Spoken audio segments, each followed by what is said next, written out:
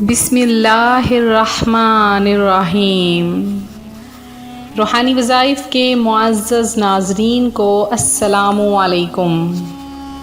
روحانی وظائف لایا آپ کے لیے محرم الحرام کے چوتھے جمعۃ المبارک کا خاص ترین وظیفہ۔ آپ سب کو محرم کا چوتھا جمعہ بہت بہت مبارک ہو۔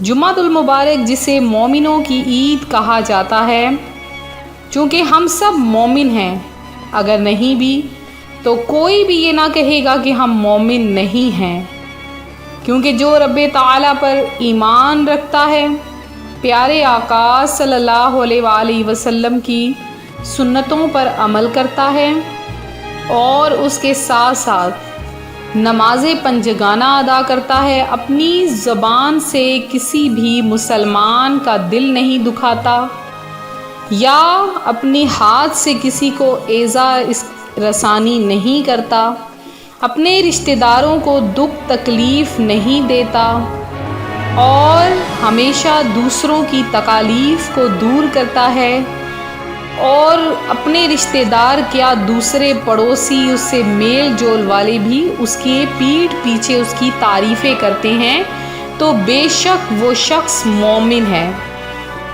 جمعۃ المبارک ایک بہت ہی خاص ترین دن ہے، اس میں مومنین کے لیے خاص ترین فضائل ہیں، جیسا کہ نبیوں کے سلطان رحمت عالمیان سردار دو جہاں محبوب رحمان صلی اللہ علیہ وآلہ وسلم کا فرمان برکت نشان ہے، جس نے مجھ پر روز جمعہ 200 بار درود پاک پڑھا، اس کے 200 سال کے گناہ معاف ہو جائیں گے۔ جمعہ جسے سب دنوں کا سردار کہا جاتا ہے، جمعہ کے روز جہنم کی آگ نہیں سلگائی جاتی، جمعہ کی رات دوزخ کے دروازے نہیں کھلتے، جمعہ کو بروز قیامت دلہن کی طرح اٹھایا جائے گا۔ اس روز مرنے والا خوش نصیب مسلمان شہید کا رتبہ پاتا اور عذاب قبر سے محفوظ رہتا ہے۔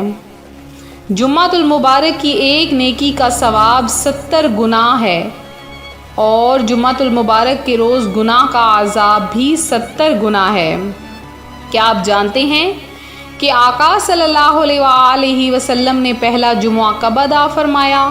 تو سن لیجئے کہ حضور صلی اللہ علیہ وآلہ وسلم جب ہجرت کر کے مدینہ طیبہ تشریف لائے تو 12 ربیع الاول 622 عیسوی بروز پیر شریف کو چاشت کے وقت مقام قباء میں اقامت فرمائی، اور پیر شریف منگل، بدھ اور جمعرات یہاں قیام فرمایا اور مسجد کی بنیاد رکھی۔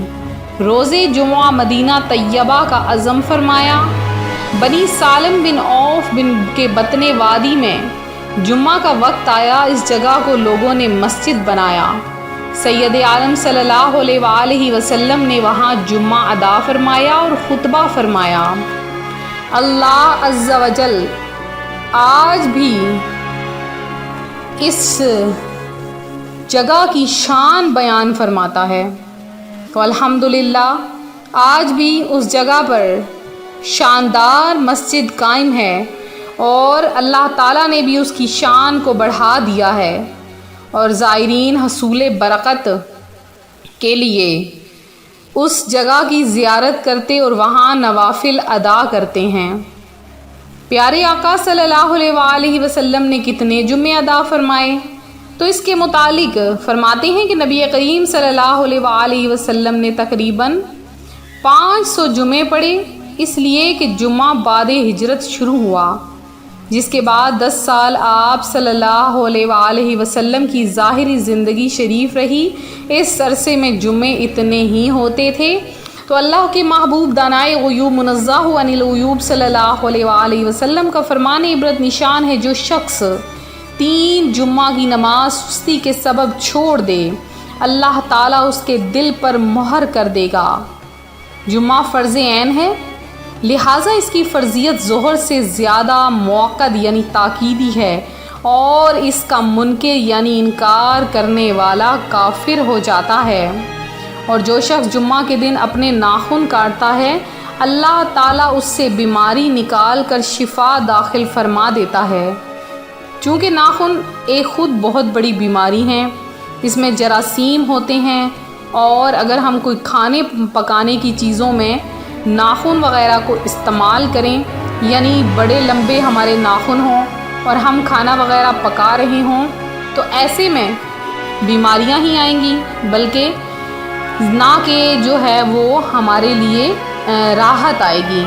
اسی لیے یہ فرمایا گیا کہ جمعۃ المبارک کے دن ناخن جو تراشتا ہے، اللہ پاک اس سے بیماری نکال کر شفا کو داخل کر دیتا ہے۔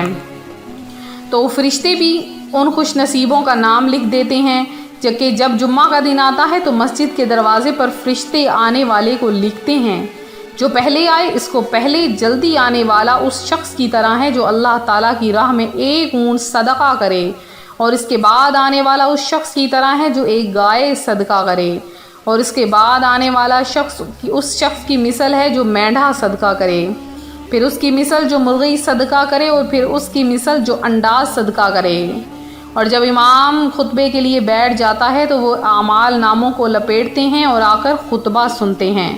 تو اب یہ دیکھتے ہیں کہ میرے روحانی وظائف کے جو ناظرین ہیں، میرے بھائی ہیں، وہ کن لوگوں میں شمار ہوتے ہیں، سب سے پہلی صف میں شامل ہونے والے یا سب سے آخری صف میں شامل ہونے والے۔